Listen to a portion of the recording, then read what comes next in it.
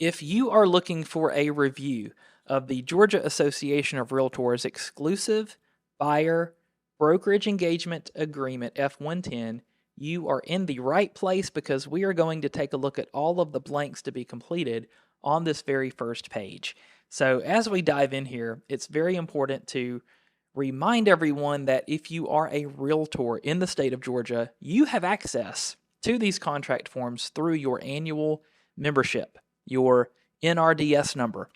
If you are not a realtor and you would like to purchase a license to use the GAR contract forms, you can do that at forms.garealtor.com. So we're going to jump in here with key terms and conditions. And just keep in mind that all of these blanks to be completed on the very first page, the details, so to speak, are going to be contained within the boilerplate language of the agreement. Those other pages are going to have a corresponding section that goes into more detail about these sections here. And right off the bat, the contract says that state law prohibits broker from representing the buyer as a client without first entering into a written agreement. This roots back to BRRETA, the Brokerage Relationships and Real Estate Transactions Act here in Georgia. A party is not a client unless they've signed a brokerage agreement such as this one. Doesn't matter if you're related to the buyer, maybe you are the buyer. Unless there is a brokerage engagement between the broker and the party, there's not a client relationship. And key terms and conditions A1, simply saying this agreement is between the buyer and the broker and the terms and conditions set forth herein. No outside agreements. What we owe the party is set forth right here in this contract. Number 2, term. So very important to include a starting date and an ending date. And not including an ending date is an unfair trade practice. But this section is, as all the sections here, are negotiable. So very important. Make sure you have these dates filled in. There's no law that says it has to be for any certain length of time. It can be as short or as long as it needs to be. Now, number 3. Agency and brokerage, but most agreements are around 90 days. Reasonable time frame to find a property. And keep in mind, these agreements, just like any other contract, they can be extended, they can be amended through an amendment. Number 3, agency and brokerage. The approach that GAR takes here is they throw in the kitchen sink. They display every type of agency relationship available in Georgia, and they tell us to check the box for the ones that we do not offer. A very common mistake is agents will go through this agreement and they will mark the type of agency that the agreement is actually for. For example, they will mark buyer agency. That's wrong. You want to mark the types of agency not being offered. And for most brokers in Georgia, that is dual agency and sub-agency.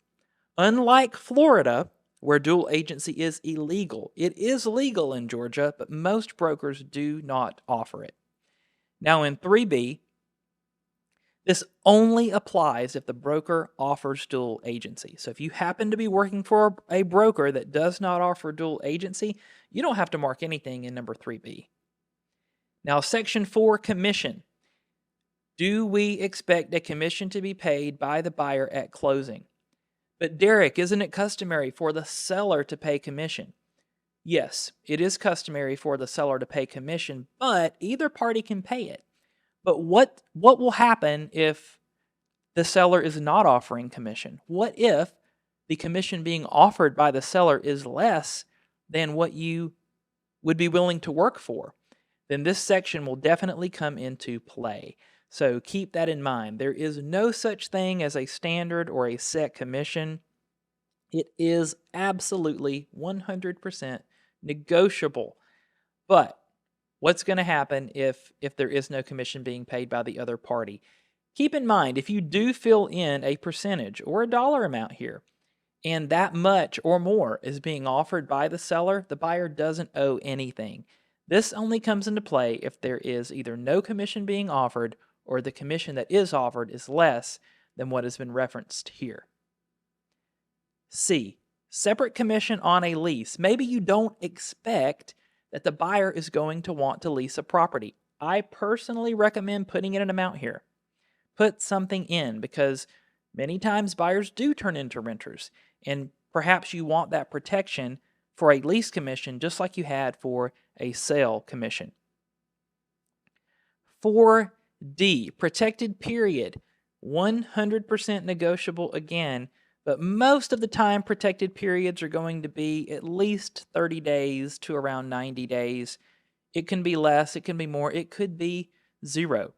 Again, there is a protected period section of the contract that goes into details about what the protected period actually means and when it would apply, but it's not a catch-all.